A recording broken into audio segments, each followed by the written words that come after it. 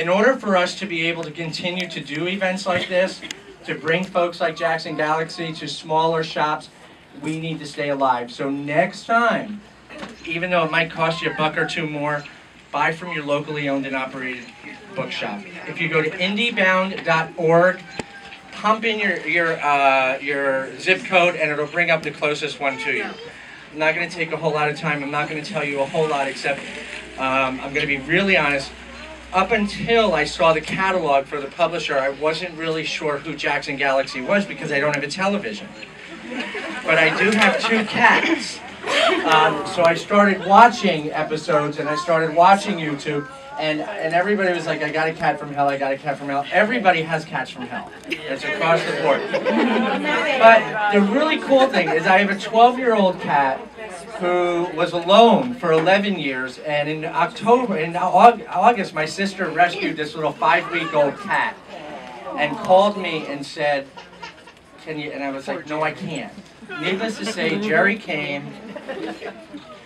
He's still there. And there were a couple of things that Jerry was doing that were wrong, and a couple of the things that he was doing was wrong are no longer happening. And I can honestly say that it's a result of a few of the things that I found on YouTube and a few of the things that I found in the book.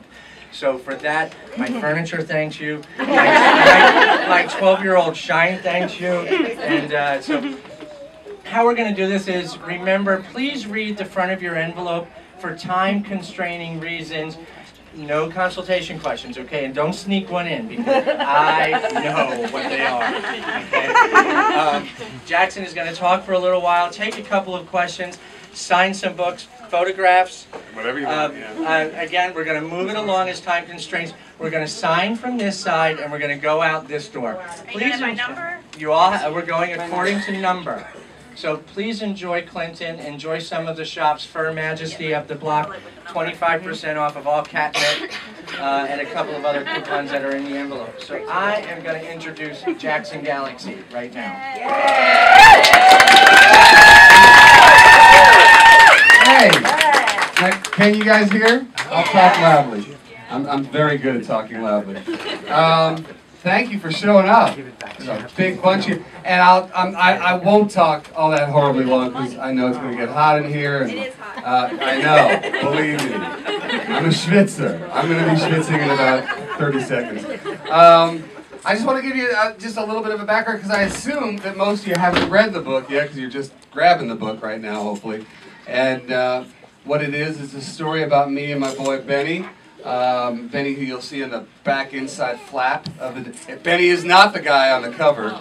It's actually a very funny story. They went, they spent a lot of money on the front cover of that book, and they forgot to take a picture of a cat with me on the book. So they actually went back and had me recreate the cover of the book, which was funny because it looks like he's just sort of floating over my shoulder. But that is actually a real, he was a really nice guy. But he's not Benny. Benny's inside the book.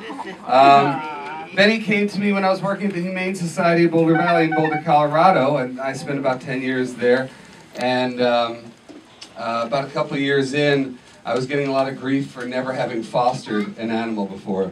And it's probably because I knew exactly what was going to happen, which was, I'd be a really horrible foster parent in that I would never give them up. Benny came to me pretty busted up. He had been hit by a car the day before, and his pelvis was broken. And it was one of those dump and run things where, somebody runs up to the front of the shelter with one of the cardboard boxes, they put the boxes down, they try to run away, and I ran after her, and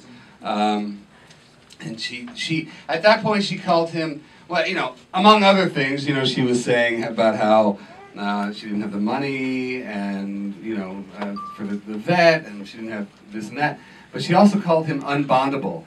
And that word stuck with me for the rest of our time together because he was other.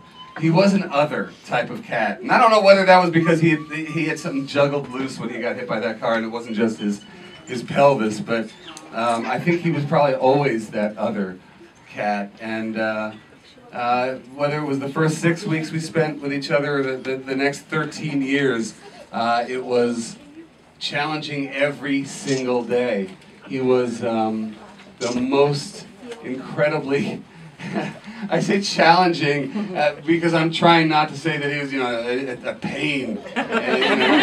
Everything, every problem that I've ever had to deal with a cat, whether it be litter box problems, violence against other cats or dogs or people, over grooming until he was bald, going on hunger strike. I am telling you, pickpocketing, whatever he did, stealing my wallet, whatever he did.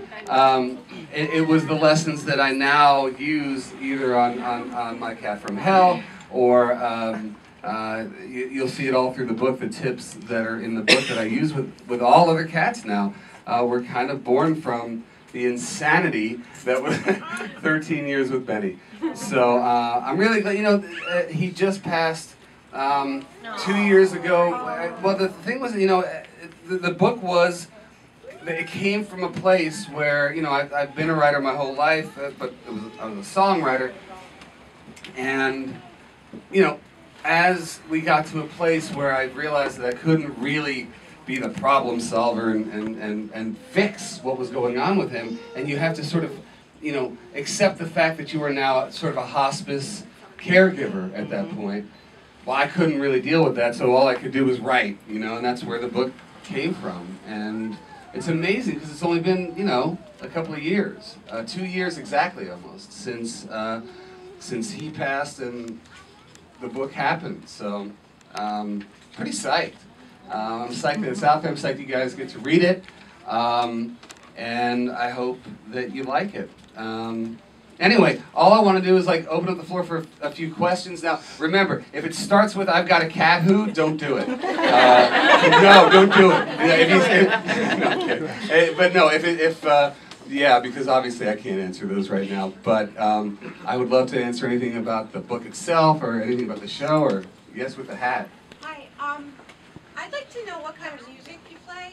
Right? I play pretty well straight ahead. No, it's not straight ahead. It's kind of warpy rock and roll. I've always sort of veered towards, and actually I said it in the book, that I always would write these perfect, well-formed rock pop songs and then put a 10-minute monologue in the middle of it or something. I've always veered towards a little bit of the strange, but now as I get older, the songs are decidedly more, rougher around the edges. I'm hoping with my schedule towards the end of this year, I'm going to put out some new recordings on iTunes or whatever, just so people can finally hear them, because it's been a long time. Yeah.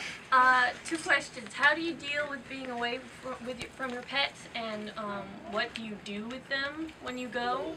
And have you ever found that other people's cats' problems are easier to fix than your own? Oh, yeah. That's a great question. So if you didn't hear that, she asked, what do I do with my guys, with my animals when I'm away, like here? And also, who takes care of them?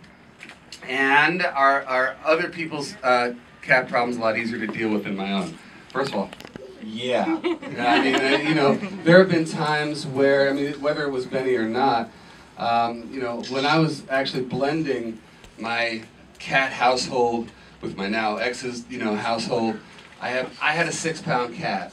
Now, I don't know if you guys saw Thomas the cat when he was here, Huge. but we had a 20-pounder that we were trying to, get in with my 6-pounder, who would beat the snot out of my 6-pounder. So I'm trying to do all these integration techniques, and I couldn't even breathe around the whole thing. So I would give, my girlfriend the instructions. This is how you do it. I'm taking a walk. I'm out here around here for the mayhem that's going to follow. This is probably, the book tour itself is about. I'm only going to be away for about 10 days.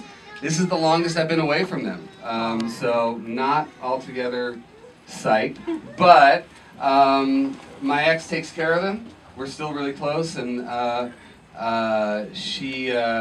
we have joint custody of the dog, and the dog loves that. Because there are days where she gets fed twice or 3 times, which is great for her. By the way, yeah, a dog and 3 cats is my current household, and but yeah, they have the best of both worlds. Really, I'm the one who doesn't because you You know. missed them. Oh God, I hate this. I mean, no, I don't hate this. I mean, but I do hate like being away from my animals At a least lot. you actually could put on My Cat from Hell if they missed you. Yes. They could see you on Yeah, no, and you know the other thing is that you know like today we're gonna go head over to Tabby's place for just a little bit. After this, I get to go at every stop I'm making on this tour. I'm gonna make another stop at a shelter somewhere, and I get to just have my time with the animals and feel a little, you know, a little bit of that mojo. So that's good stuff as well. Yeah. What are your cats' names? My cat's names. Valoria is my oldest. She's 18. Chips is 17, but Chips has a lot of aliases. Chips is, for the most part, Chippy, Chuppy. I think we all do that. Sea Huppy. Yeah. Yeah, but I never call her Chips, ever. Damn cat, I call her all the time. Well, only because Chips is the one. Chips loves me to the point where what she'll do every night, and this is cat whispers, like, she, in order to tell me how much she loves me, she actually shoves her entire head into my mouth while I sleep. And the way she gets her head into my mouth while I'm sleeping is she bites down on my lower lip. So I go, ah! And then she's in. So that's every single night of my life with Chippy. Caroline is my youngest. She's 3. She's ex-feral. And she still is very much that cat. She's always, you know, every time anyone walks in the room, she's always, and then she realizes that you're okay. And Rudy is my dog. She's 12. She's, or I think she's 12. She's pretty much blind. She's a Jack Russell mix. And, which, I mean, if you had to actually think of the worst animal to put with 3 cats, it would be a blind Jack Russell Beagle mix. Because all she does is walk around the house like this. You know, she leads with her mouth. She just wants to have somebody in her mouth at all times. So the cats have kicked her butt on many an occasion. So. Anybody else? I see a hand right there. Yes, orange shirt. Any chance we can get both tours open? Yeah, air it flowing is. out? You can do anything. That is all. Pass I think they're out. both. Yeah. Yeah, it's hot in here, baby. Yes, it is. Anybody else? Yes. Will you be making any other tours around New Jersey? No. I mean, this is a quick tour because we're still filming right now. So I'm actually in the midst of filming in California. We took a 10-day break to the consternation of the people who are doing the filming. And we're here. The schedule is on my website. But yeah, we're here tomorrow. I'm off to Phoenix.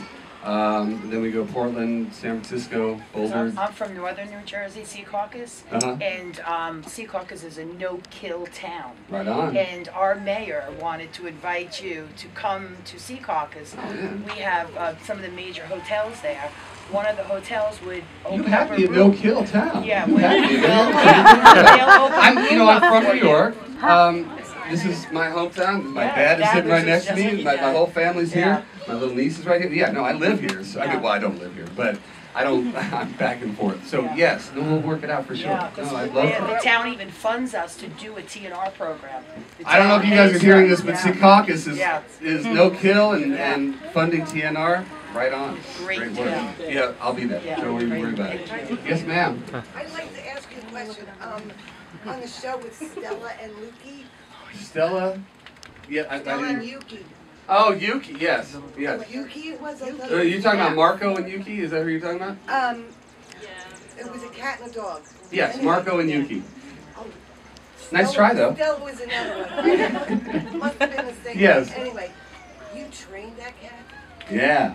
Yeah. But let me tell you something. And again, if you guys are having trouble hearing back there, she was asking me about, there was the episode of the show that was about Marco and Yuki, the cat and the dog combination, where we trained them both. We trained them both to do a sit and stay.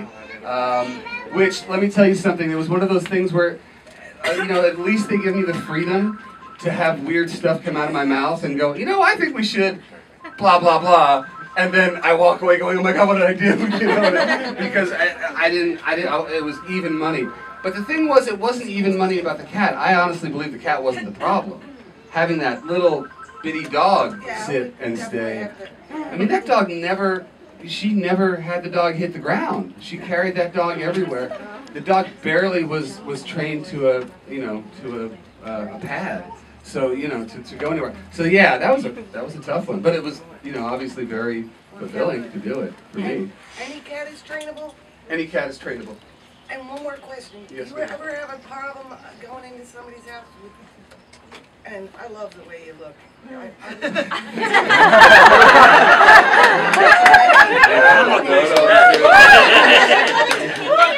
prevented her. She did. You're my kind of guy. But now, you ever freak people out when you walk in? Yeah. No, she asked me if I ever freak people out when I walk in. No, let me tell you something. There was when I first started doing this work, in people's houses, and they had no idea who, what, and even talking them into an at-home cat consultation. I'd walk up to the door, and there was that moment of, oh, what's he gonna take? There was always that moment of what's he gonna. Yeah. So yeah, no, I freak out a lot of people. Yeah. I am the ultimate. I mean, until you hear me speak to you or whatever, I am that guy that you cross the other side of the street half the time. If you didn't know me, Yes, ma'am. How do you choose who you're going to go visit? Yeah, you mean for the show? Yeah, I mean, for the show, we pick people based, on a lot of different criteria. I mean, when they're, oh my God, my dad is like louder than me. Your granddaughter is looking for it. For an out, yeah. Well, there's no air in here. Basically, we pick them on a lot of different things. I mean, I get my input based on the only thing I care about, which is the toughness of the case and the cat themselves. But there's other factors that go into it in terms of the friction between the couple, the stakes involved, things like that. So it is kind of a a big process, and especially now, when we first started the show, the casting pool was pretty shallow. Now it's not, obviously, and hopefully we get to travel more. Our premiere episode this coming up in the next month or so for this season is a New York episode. So we finally got to travel, which was fantastic. And if it goes well enough, we're going to do a lot more traveling, and that's important to me. Because the stories that we're getting, the problems that we're getting on Facebook or Twitter or whatever, email, is anywhere but LA. Yeah, it's not really an LA thing. So I'm going to take one more question, and then I don't want to make you guys stand here for too long. Yeah. I know that you picked some different places to be able to go. Have you ever thought of going to an actual cage-free shelter and helping with behavioral issues? Well, I've done it a million times over. Oh, you have? Oh, sure. Yeah. No. I mean, I come from the shelter world. That's all I've done for 17, 18 years.